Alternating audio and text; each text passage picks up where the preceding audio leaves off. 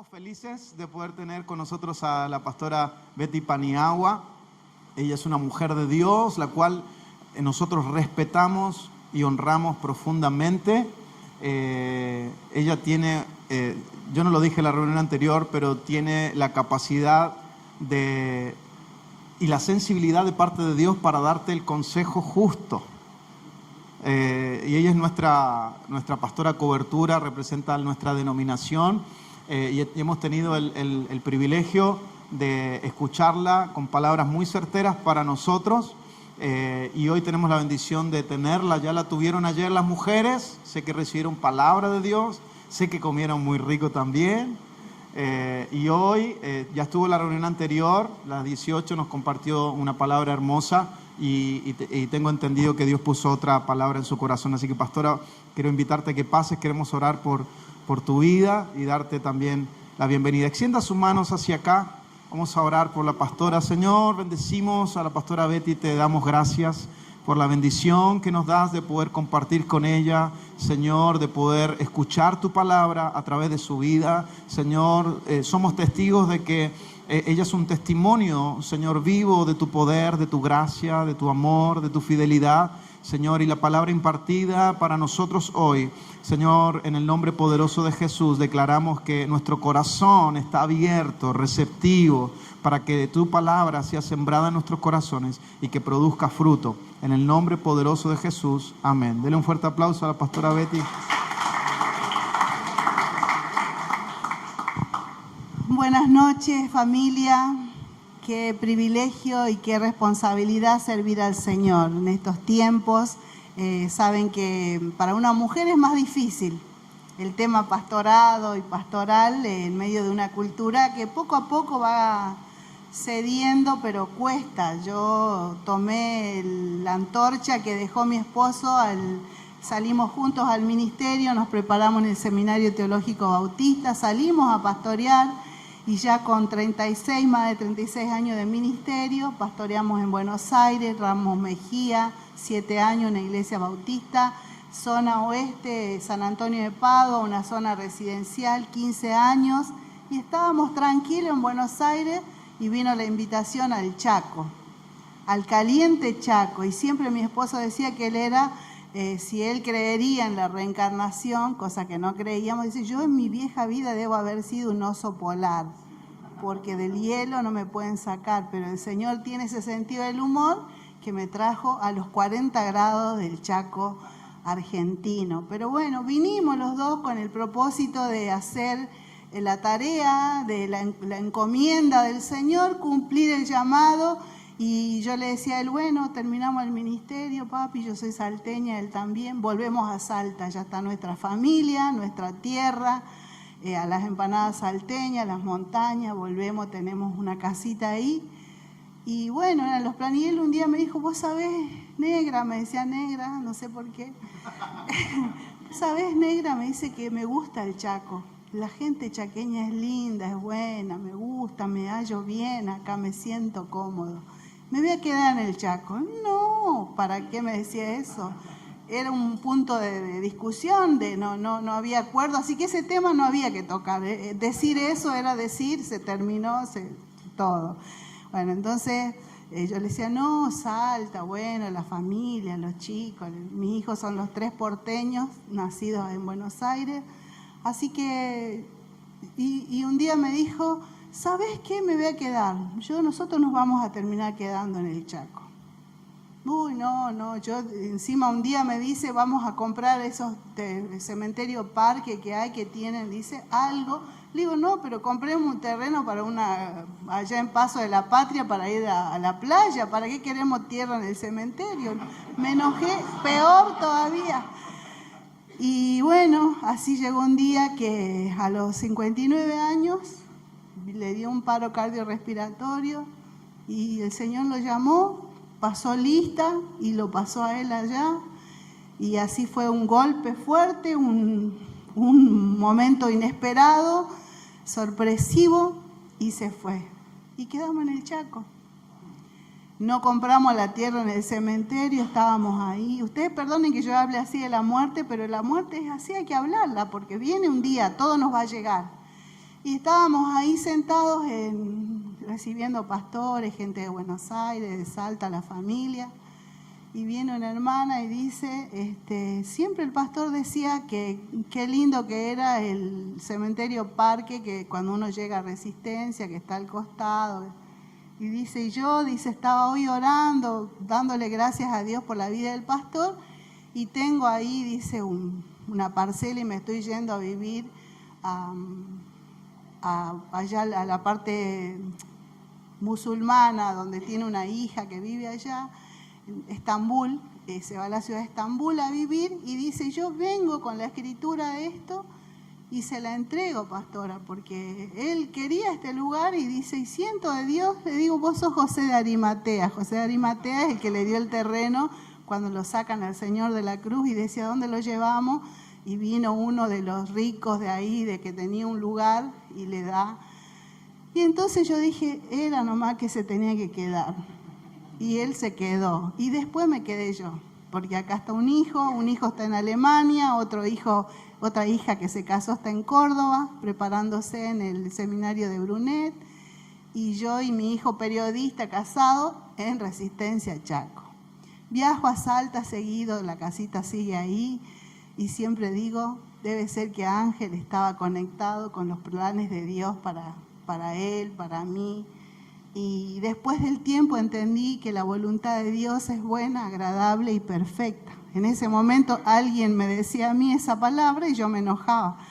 Obvio, yo decía, qué bueno, qué agradable y qué perfecta puede ser esto que estoy viviendo. Pero después uno acepta, cuando uno sale del duelo, supera su situación de dolor, termina recibiendo el consuelo del Señor y la voluntad de Dios. Así que el día que él partió estábamos en la iglesia, y uno de mis hijos, el del medio, el que quedó en Resistencia, me dice, mamá, ahí está la antorcha tirada en el piso, no sé qué vas a hacer, ¿para qué te ordenaron pastora?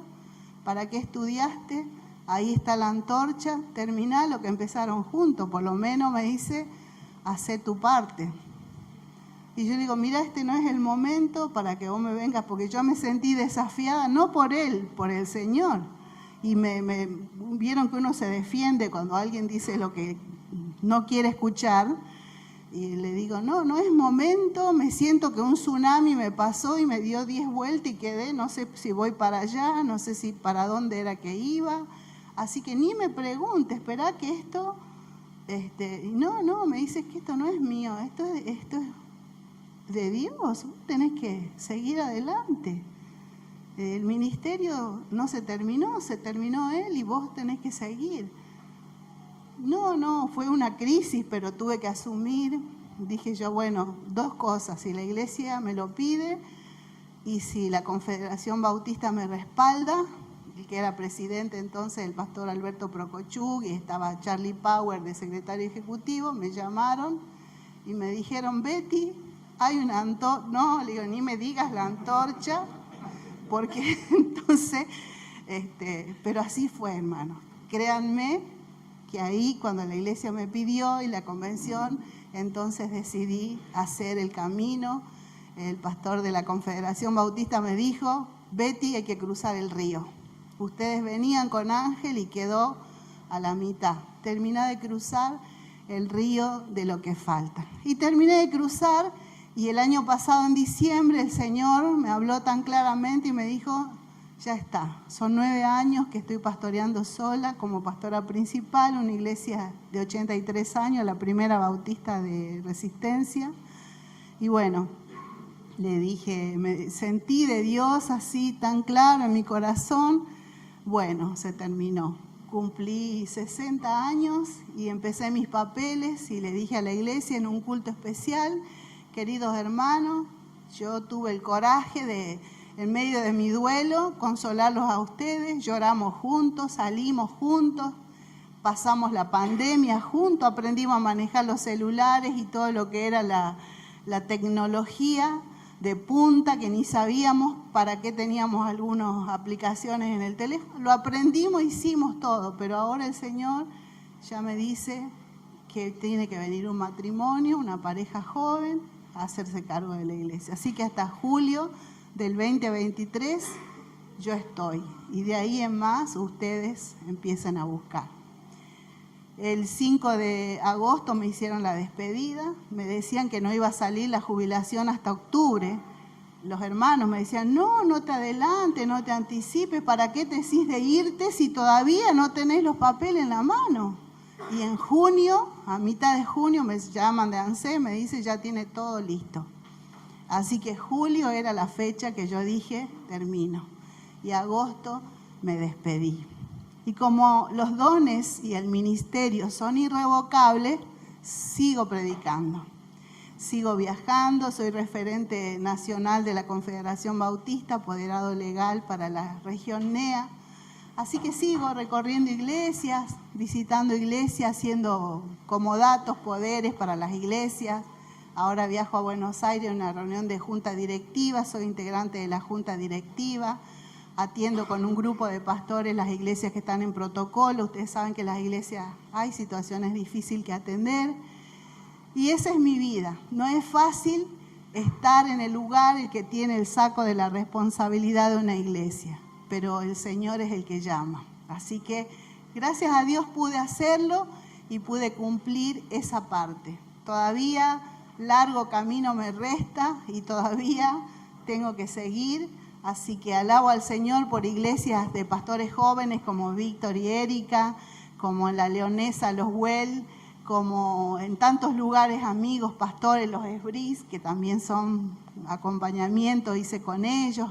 Todo lo que el Señor me pone, estoy lista para servir. Así que gracias, pastor, por esta invitación, por esta oportunidad. Quiero decirles que mis hijos dicen a veces, yo la verdad que con mucho temor y temblor siempre serví al Señor y con mucha responsabilidad. Y mis hijos siempre decían, papi, porque son los dos varones mayores y después mi hija menor, que es la que recién se casó hace poco. Papá, el día que vieron que dicen que Elías revolvió el manto, ¿y quién era el que iba atrás de él? Eliseo, ¿no?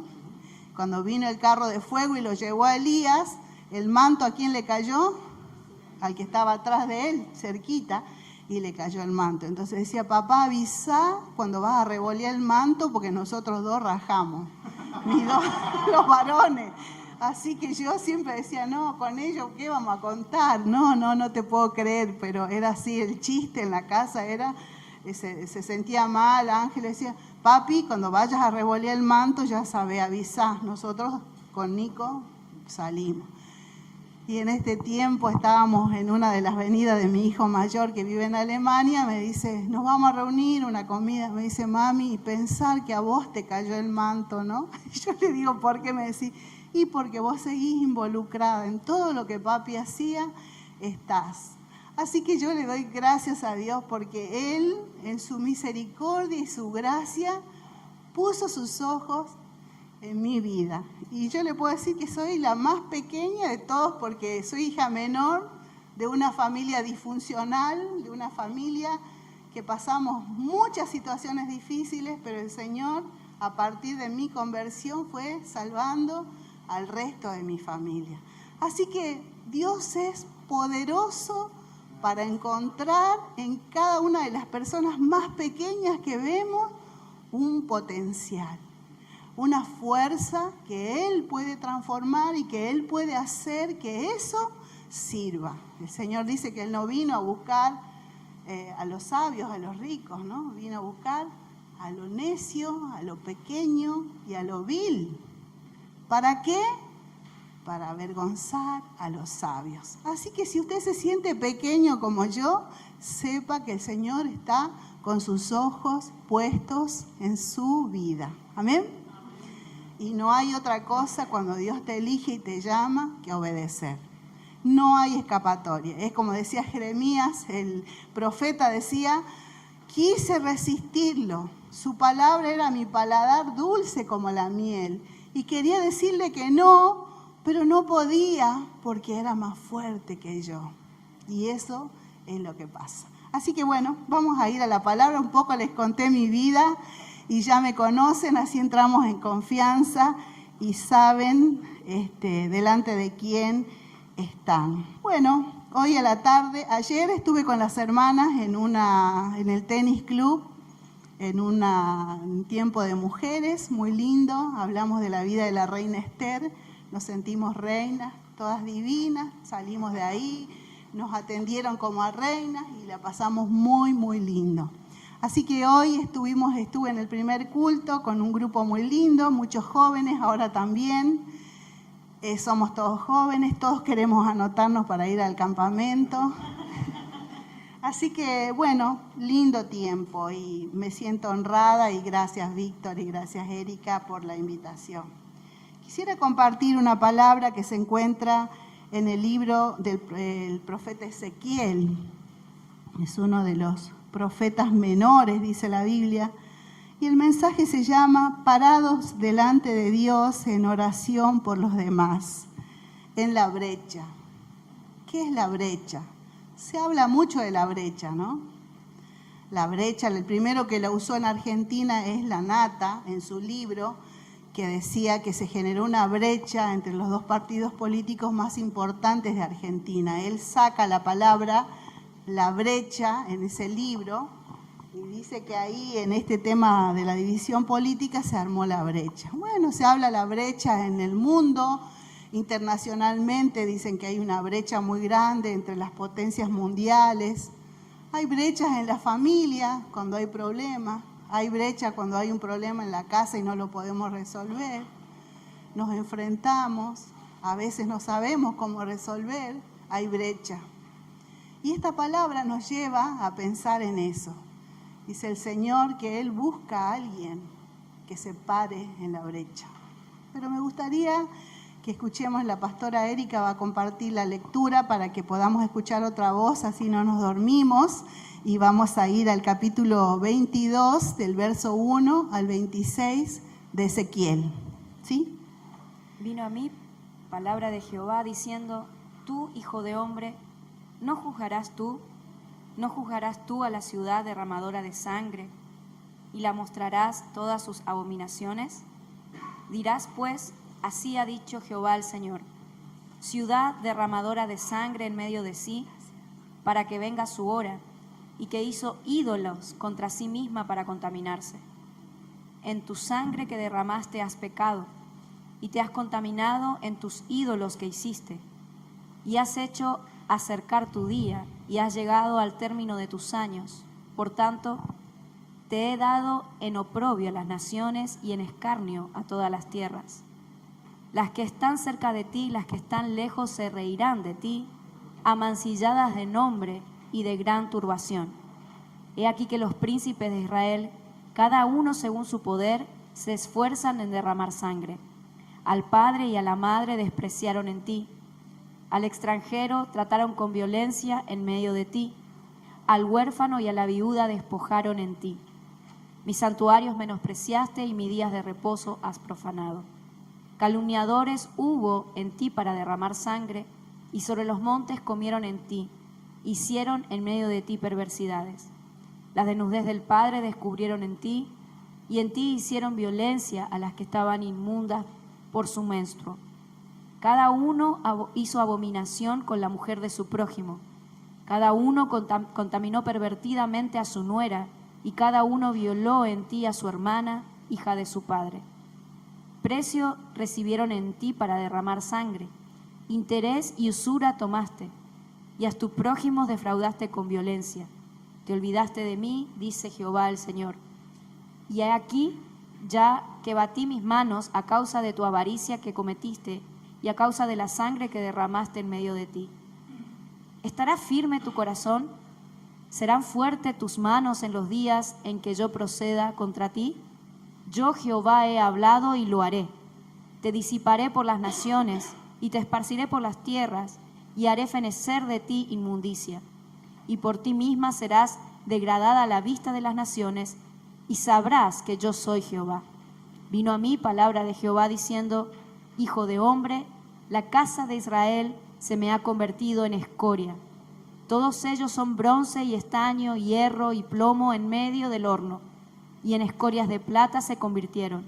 Por tanto, así ha dicho Jehová el Señor: por cuanto todos vosotros os habéis convertidos en escoria, Por tanto, he aquí yo os reuniré en medio de Jerusalén, como quien junta plata y bronce y hierro y plomo y estaño en medio del horno, para encender fuego en él, para fundirlos. Así os juntaré en mi furor y en mi ira, y os pondré allí y os fundiré. Yo os juntaré y soplaré sobre vosotros en el fuego de mi furor, y en medio de él seréis fundidos. Como se funde la plata en medio del horno, así seréis fundidos en medio de él. Y sabréis que yo, Jehová, habré derramado mi enojo sobre vosotros. Vino a mí palabra de Jehová, diciendo: Hijo de hombre, di a ella, tú no eres tierra limpia, ni rociada con lluvia en el día de furor. Hay conjuración de sus profetas en medio de ella, como león rugiente que arrebata presa. Devoraron almas, tomaron haciendas y honra. Multiplicaron sus viudas en medio de ella. Sus sacerdotes violaron mi ley y contaminaron mi santuario. Entre lo santo y lo profano no hicieron diferencia, ni distinguieron entre inmundo y limpio. Y de mis días de reposo apartaron sus ojos, y yo he sido profanado en medio de ellos. Hasta ahí el 26. 30, por favor, Bien. y con eso terminamos. Sus príncipes en medio de ella son como lobos que arrebatan presa derramando sangre para destruir las almas y para obtener ganancias. Y sus profetas recubrían con lodo suelto, profetizándoles vanidad y adivinándoles mentiras, diciendo: así ha dicho Jehová el Señor, y Jehová no había hablado. El pueblo de la tierra usaba de opresión y cometía robo, al afligido y menesteroso hacía violencia, y al extranjero oprimía sin derecho. Busqué entre ellos hombre que hiciera vallado y que se pusiera en la brecha delante de mí, a favor de la tierra, para que yo no la destruyese, y no lo hallé. Por tanto, derramé sobre ellos mi ira, con el ardor de mi ira los consumí, hice volver el camino de ellos sobre su propia cabeza, dice Jehová el Señor. Dice Jehová el Señor, tremendo el profeta Ezequiel. En estos tiempos están viviendo, ellos fueron deportados a Babilonia, el pueblo de Israel fue llevado cautivo, pierden esas famosas guerras y eran llevados cautivos a otras tierras. Y no solo iba el pueblo, más o menos 10.000 judíos fueron a vivir en ese tiempo deportados en deportación a Babilonia. Y ahí iban con sus cantores, con sus profetas, con sus sacerdotes, y seguían ellos llevando, y Dios les daba esa oportunidad para que sigan escuchando palabra de Dios. O sea que iban a otros lados. Cuando nosotros vinimos a Resistencia Chaco, después de pastorear 25 años en Buenos Aires, veníamos y yo le digo a Ángel, viniendo, ¿cómo será la gente? Y él me dice, la gente es como en todos lados, son otros nombres, pero son las mismas caras. Yo me quedé diciendo, bueno, su apreciación es esa. Y con el tiempo encontré una hermana, acá en Chaco se llama Rosalía. Y ella es muy amorosa, dulce, servicial, y ¿no es cierto, Vivi? Bueno. Y allá en Padua había una hermana que se llamaba Cristina Tedesco, el apellido italiano, allá en Padua habían muchos italianos. Igual. Y le digo, sí, vos sabés que tenés razón, Aníbal parece Juan Manuel, que está en la iglesia, siempre sirviendo, ¿viste? Le digo, y Rosalía y Cristina Tedesco parecen las mismas personas con otros nombres y otras caras. Y entonces yo, pensando en esto que pasa, que Ezequiel hace, que leía la pastora una descripción de la idolatría y de todas estas cosas, al fin de cuentas son los mismos pecados que en estos tiempos. Al final de cuentas el pueblo sigue cayendo en las mismas faltas y sigue cometiendo los mismos errores, y el Señor sigue insistiendo y dice, yo busqué entre ellos un hombre, un hombre que hiciese un vallado y se pusiese en la brecha delante de mí a favor de la tierra para que no la destruyese, y no lo hallé. Y uno puede pensar, ¿no? ¿Cuántos hay en una iglesia? Hay iglesias, mega iglesias, acá en esta zona hay muchas iglesias grandes, y que el Señor diga que no lo halló. Y la paráfrasis de esta lectura sería, y busqué una luz en toda la oscuridad y no la hallé, y busqué en todos los ámbitos humanos, también sacerdotal, también de adoración, y no había ninguno que se haga cargo de esta vacante. Y podríamos decir, y busqué entre los hombres tan solo uno que se pusiese en el agujero del muro para que no se venga la destrucción sobre ellos, y no lo hallé. No hay uno que se pueda poner para detener el mal y el enemigo. Esa es la palabra que el profeta está diciendo, y cuando uno habla de abertura, de brecha o de agujero, habla de una fisura en la muralla y una rotura que por 27 veces la Biblia menciona. Pero deben ser reparadas, porque si no viene la destrucción. Ahora hay inundación en la zona de acá del río Paraná en varios lugares, porque hay grietas o se abren compuertas y no se puede frenar el avance del río, y entonces vemos lo que está pasando en el barrio de Pescadores. El agua inundó y llevó todas las casas a tener que evacuar. Debemos estar listos para ponernos en la primera línea. El pueblo de Dios tendría que ser el voluntario para ponerse en la brecha por el pecado de este tiempo que vivimos, en donde el mundo está cautivo en muchas áreas de la vida, ¿no? Cautividad en los jóvenes, uno ve, ¿no? Alcoholismo, droga, tantas cosas que están atrapando la vida de nuestros jóvenes, pero alguien se tiene que levantar a ponerse en la brecha. Los conflictos, los problemas, todo eso, la enfermedad, el dolor, el temor, todo eso es brecha, ¿o no? O cuando hay un diagnóstico de cáncer en una familia, no se mueve la estructura familiar, tiembla el piso, y toda la familia dejó de enfocarse en los problemas diarios de la vida, porque hay algo que me supera, hay algo que no me deja avanzar, porque hay un problema. Son brechas y son situaciones que a mí me llevan a buscar a Dios. Y entonces Dios nos habla y le dice al pueblo, si tan solo un hombre se pusiese en la brecha. En una casa está la brecha. Si tan solo uno de la casa se pusiese en la brecha, yo no destruiría. Y nos hace pensar, y es una palabra fuerte. Yo tengo un don de intercesora, me gusta la oración, siempre me atrajo en los ministerios que hicimos armar los grupos de oración, y es el grupo que más cuesta. En la iglesia uno dice, vamos a interceder, vamos a orar, y de la totalidad de la iglesia un 10% sería muy exagerado decir que vienen. Es el ministerio que más cuesta, y el Señor está buscando uno. Y yo digo, qué difícil encontrar uno, no se puede encontrar uno. Y estamos mirando entonces lo que leía la pastora en cuanto a las cosas. Dice el versículo 23, habla de que había guerra en ese lugar. Ciudad derramadora de sangre, el verso 3. Idolatría, contaminados por ídolos, versículo 4. Y pregunto, ¿estamos contaminados por ídolos? Las ciudades, las provincias, sí. Pecados, ciudad pecadora. ¿Cuántas cosas suceden en una ciudad en la noche? Hay trata de niños, trata de mujeres, abuso infantil. Vimos esa película, Los Sonidos de Libertad, y nos conmovió el alma de saber que en el mundo es el segundo movimiento de dinero después de la venta de droga, es la venta de vidas pequeñas, inocentes, para satisfacer la maldad del hombre, el pecado, la tendencia del hombre.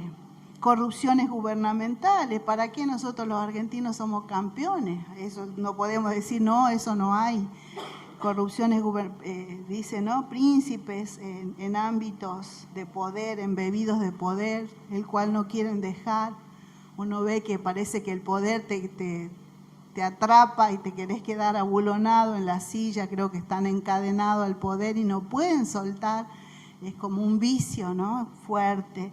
Impiedad, hipocresía, calumnia, cohecho, maquinaciones, inmoralidad, desnudez, violencia, adulterio, fornicación, defraudación, usura, estafa. Todo eso es lo que ella leyó recién. Versículo 11, de adulterio, fornicación, violación. Versículo 12, defraudación, usura, estafa. Ciudad inmunda, cuando dice en el verso 24, no eres tierra limpia, le dice el Señor al pueblo. Cuando habla en la boca del profeta es muy fuerte esta lectura que hicimos recién. Adivinación, falsos profetas y brujos. A veces los profetas se transforman en adivinadores que dicen cosas que los hermanos quieren escuchar. Y la profecía no siempre es, te voy a dar riqueza, te voy a dar poder, te voy a dar ministerio, vas a llegar a tener la iglesia más grande del mundo. No, a veces arrepiéntete, vuelve al primer amor, pero qué poco se escucha. Y cuando es así se transforma en adivinación, ¿no? En brujería, sacerdotes corruptos, mezclar lo inmundo con lo santo, esa mezcla que hay.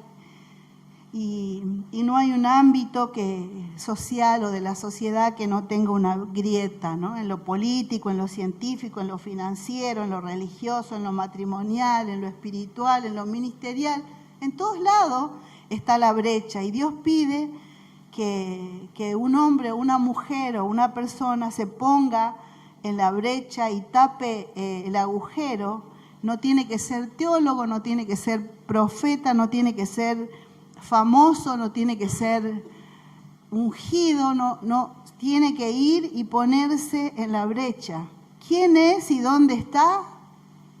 Y uno se queda como desafiado a decir, y yo podría o no podría. Y entonces uno se hace una autoevaluación y dice, no, yo no estoy, no califico, ¿no? Cualquiera dice, no, yo...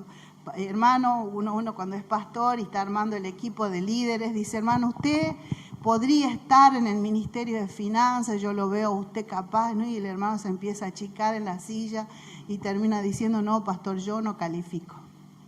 Siempre cuando el Señor nos desafía, entonces nuestra respuesta es, ¿qué hay que hacer? Y yo no califico. Pero nosotros necesitamos hacer lo que hizo Isaías en el capítulo 6. La Trinidad está hablando y dice, ¿quién irá? ¿Y a quién enviaré? ¿No? Y ahí se levanta Isaías, después que se sentía inmundo, de labios inmundos, cae bajo la unción cuando ve la visión y cae de espalda y después se levanta y dice, tengo labios inmundos, soy inmundo, no califico. Y el ángel viene con las tenazas y levanta la visión que él tiene, un carbón encendido y se lo pone en la boca. Porque él decía, no, yo soy inmundo, habito en medio de gente de labio inmundo, ¿qué voy a hacer yo? Pero después de todo esto que ve, dice, heme aquí, Señor. ¿Qué voy a seguir peleando si vos me estás llamando? Y si vos me ves que califico, ¿quién soy yo para decir que yo no sirvo? Y el Señor nos llama así. O como Elías, ¿no? Que en el reinado de Acab, dijo, vive Dios de Israel en cuya presencia estoy, que no habrá lluvia ni rocío en todos estos años, sino por mi palabra, ¿no? En Primera de Reyes 17 está toda esta parte en donde Elías, el profeta, está diciendo y se hizo tal cual porque Dios estaba con él, porque era Dios mismo el que lo llama a él a ese momento a hablarle a su pueblo. Después vemos a Job, dice que en capítulo 1, versos 4 y 5, dice que él se ponía todos los días, se levantaba temprano y ofrecía sacrificio. Decía, Señor, perdona a mis hijos, tenía 7 hijos, perdona a mis hijos si te ofendieron, Padre. Yo levanto esta ofrenda y te pido perdón por ellos, Señor, si te hubieran ofendido. Yo doy esta ofrenda, este holocausto, porque quizás ellos te ofendieron.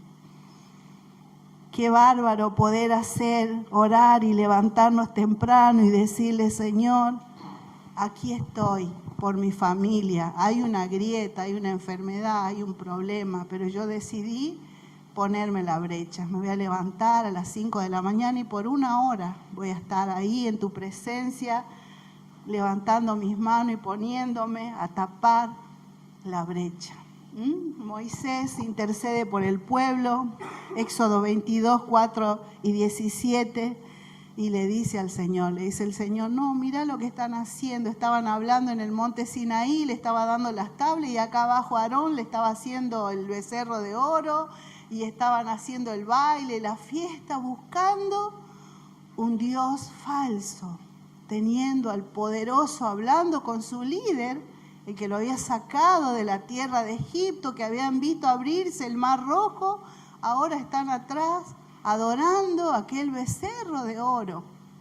Y el Señor dice, no, los borraré, te daré un nuevo pueblo, Moisés. Mirá, mejor te doy un nuevo pueblo. Estos no merecen ir a la tierra prometida. Y Moisés le dice al Señor, Señor, ¿qué van a decir los egipcios? ¿Para esto los sacaste de allá, para venir y matarlos en el desierto? No, Señor, dales una oportunidad. Y si no, borrame a mí de tu libro. Ponerse en la brecha es lo que hizo Moisés en aquella oportunidad. No se podía, pero ellos insistieron delante de Dios. David y sus valientes, en primer libro de Samuel, clamaron, lloraron hasta que no tenían más fuerza. Habían venido los enemigos del pueblo, los amalecitas, y llevaron cautivo, y se llevaron sus esposas, sus hijos, que era lo que más les dolía. Y dice que todo el ejército con el rey lloraron hasta que no tuvieron más fuerzas. Y clamaban a Dios y el Señor les dice, ¿vamos detrás de ellos o no vamos? ¿Nos vas a dar la victoria? Y el Señor le dice, sí. Por haberse puesto a orar, a ayunar, a clamar, sí, se lo voy a dar. El Señor está listo. La mujer Sirofenicia en capítulo 7 de Marcos, ¿no? Y viene de la región de Tiro y Sidón, y la Sirofenicia se presenta delante del Señor. Ella no era judía, y le dice, Padre, Señor, mi hija está endemoniada, y yo necesito que hagas un milagro. Y le dice, pero ¿cómo vienes aquí? Este pan es para los hijos. Sí, le dice ella, pero los perritos que están debajo de la mesa comen las migajas que tiran los hijos de la mesa. Así que, ¿por qué no puedo recibir tu misericordia?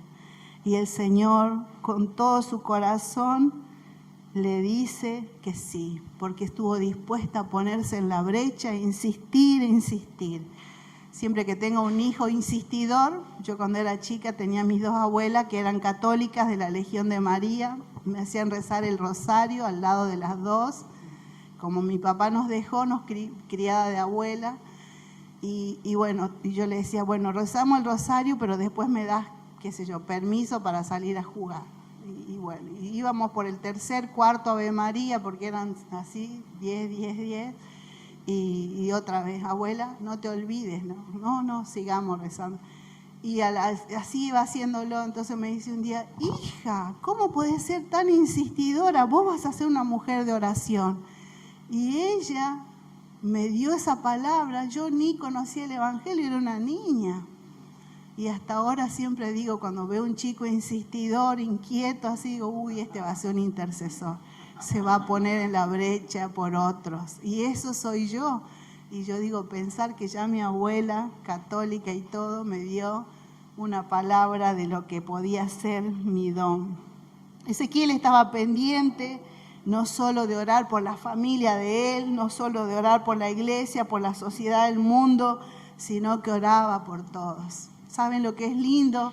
Cuando un intercesor, después que ora por sus cosas, nosotros todos los días oramos por nuestros hijos. No sé quién de los que estamos acá nos levantamos o estamos en un tiempo de oración y lo primero que pedimos, Señor, cuida a mi hijo.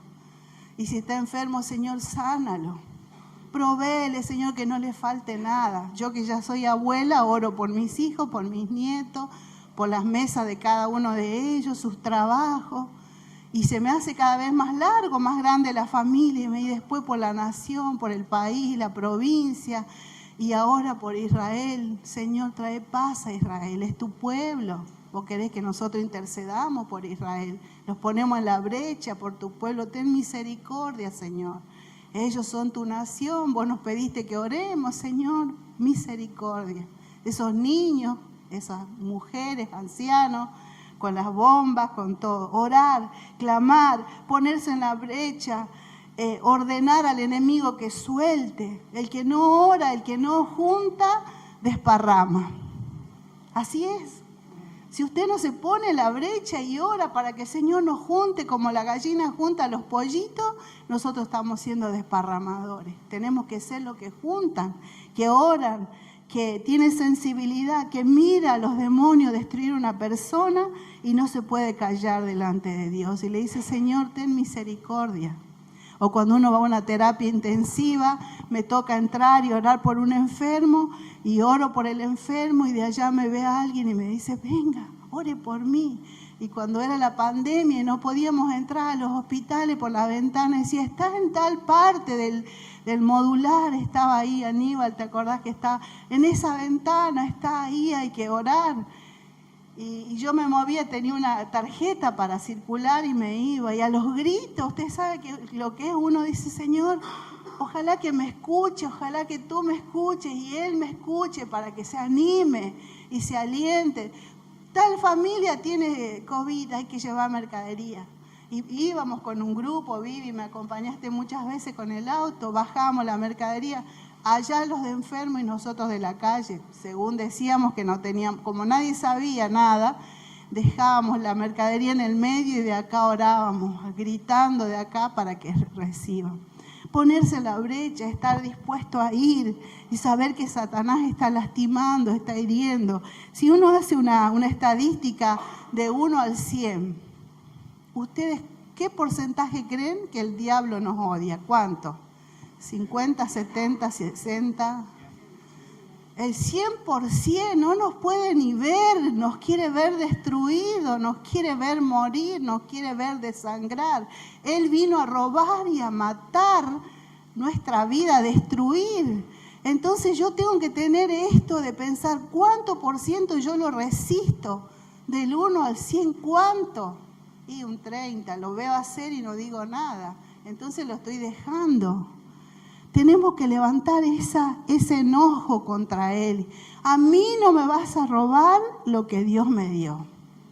Y levantar, si uno parece un loco. Yo cuando era joven y tenía a mis hijos, eran terribles los varones, y la nena andaba escapándose de las cosas que hacían las travesuras, y mi esposo trabajaba de pastor y era docente en la escuela de Bongarrá en Buenos Aires. Y yo me quedaba con los chicos. Y yo en un momento me ponía así en el medio y le decía, en el nombre de Jesús. Y yo los ataba y los reprendía. Y ellos me miraban y se quedaban quietos, duros. Y así aprendieron. Pero yo decía, no voy a permitir, porque claro, era difícil, mi carácter era más blando que el padre, que los varones se sujeten. Pero así me paraba en la brecha, me ponía a orar. Y claro, habré dado imagen de, está loca mamá. Pero sí daba resultado, sí servía.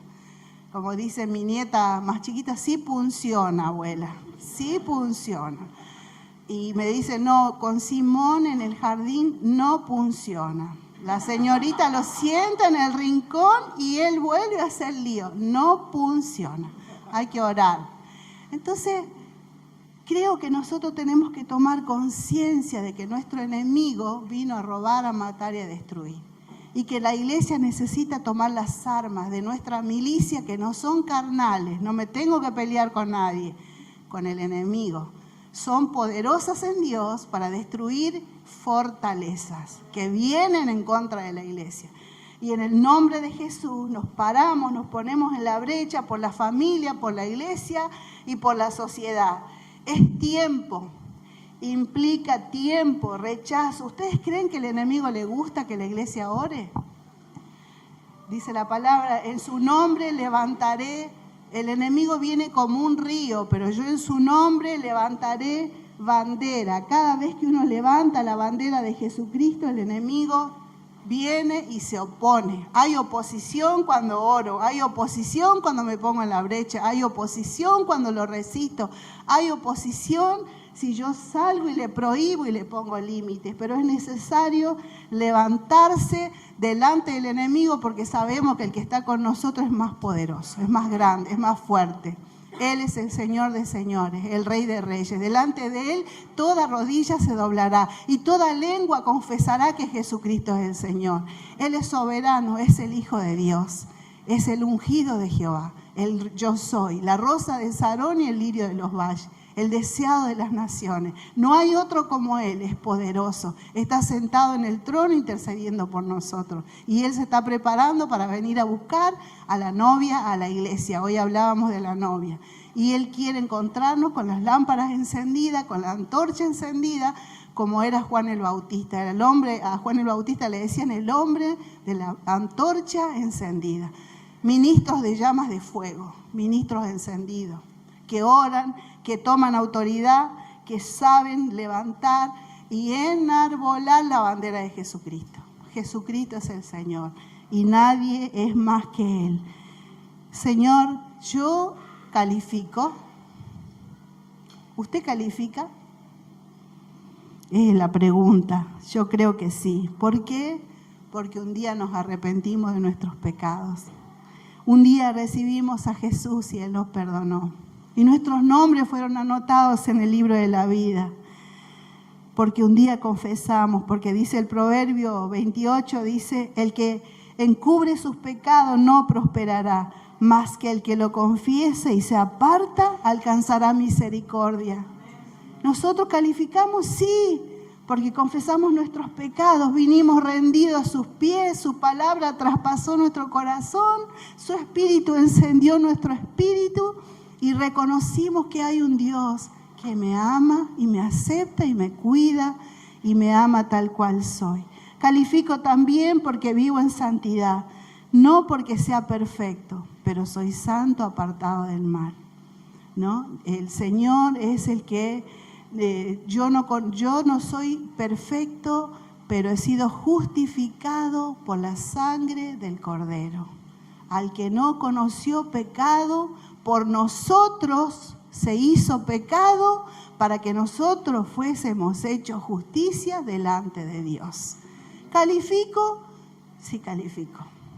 El Señor me hizo justo. ¿Por qué? Porque hay un propósito de Dios en mi vida.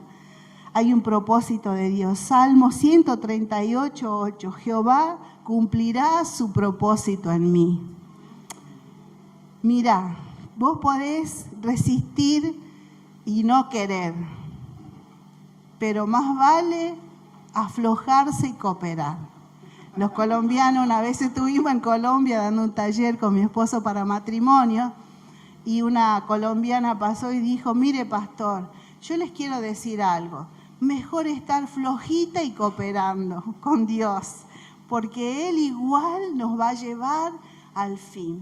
¿Para qué vamos a perder tiempo y resistirnos si Él cumplirá su propósito en mí? Así, y si no cumplo me va a costar. ¿Aprendo por revelación de la palabra o aprendo por humillación? ¿O aprendo por trituración? Y si no aprendo por trituración, aprendo por demolición. ¿Qué quiero hacer? Quiero obedecerte, Señor. Vos sos mi Señor. Un día te dije sí y mi sí continúa siendo sí. Quiero responderte. Quiero ser excelente para oír, para orar, para buscarte, para ir a tu presencia y rendirme delante de ti. Y ser el tapa agujero del Señor. Me pongo en la brecha. Señor, mi vida alcanza porque fui comprada por la sangre del Cordero de Dios. Amén. ¿Cuántos de aquí quisieran ser el tapa agujero del Señor? ¿Cuántos de aquí quisiéramos decir yo voy a pagar el precio? ¿Qué me cuesta? ¿Cuántas veces me quedo con la televisión viendo Netflix hasta las 4 de la mañana? Porque no quiero soltar la serie. No, un capítulo más y termina. No, se lo digo por experiencia propia, ¿eh? Uno más y me voy. Uno más. Así tenemos que tener el entusiasmo para decir, Señor, 1 hora, de 5 a 6, una vez a la semana, me pongo en la brecha. Me pongo en la brecha y tapo el agujero, la grieta que está entrando a mi casa. pero lo voy a hacer como que me llamo Betty. A mí no me van a venir. Y así hay que ponerse así como uno tiene la capacidad de enojo de cuando las cosas no vienen. Así hay que pararse delante del enemigo y resistirlo y huirá de vosotros. ¿Cuántos de aquí quieren ser? Les invito a los músicos si podemos alguna canción, pero quisiera que podamos decirle al Señor, Señor, yo puedo, sí califico. ¿Qué me cuesta? Obediencia a vos. Y esto que está pasando en casa se va a ir. Y esto que está pasando en el trabajo se va a terminar. Y esto que está pasando en mi ciudad, y esto que está pasando en mi iglesia, y esto que está pasando en mi país. Busqué entre ellos, dice, un hombre, uno que se pusiese en la brecha en favor de los hombres para que no lo destruya, y no lo hallé. ¿Cuántos habrá hoy aquí? Los invito a ponerse en pie.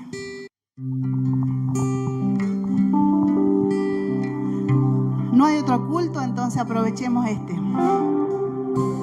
Amado Señor, aquí está tu iglesia, desafiada a ponerse en la brecha en favor de esta ciudad, en favor de su familia, de su casa. Señor Jesús, que sea tu voz, Padre, llamando a cada uno. Que sea tu voz moviendo los corazones. Señor, queremos desbaratar toda obra del maligno. Queremos resistirlo. Queremos echarlo fuera de nuestras casas, de nuestras vidas. Queremos decir que el poderoso reina en nuestra casa. Que el Señor es grande y fuerte. Que en tu nombre levantamos bandera. Que el enemigo viene como río, así como se está inundando el río acá en los pueblos a la orilla del río, así viene el enemigo, viene como río.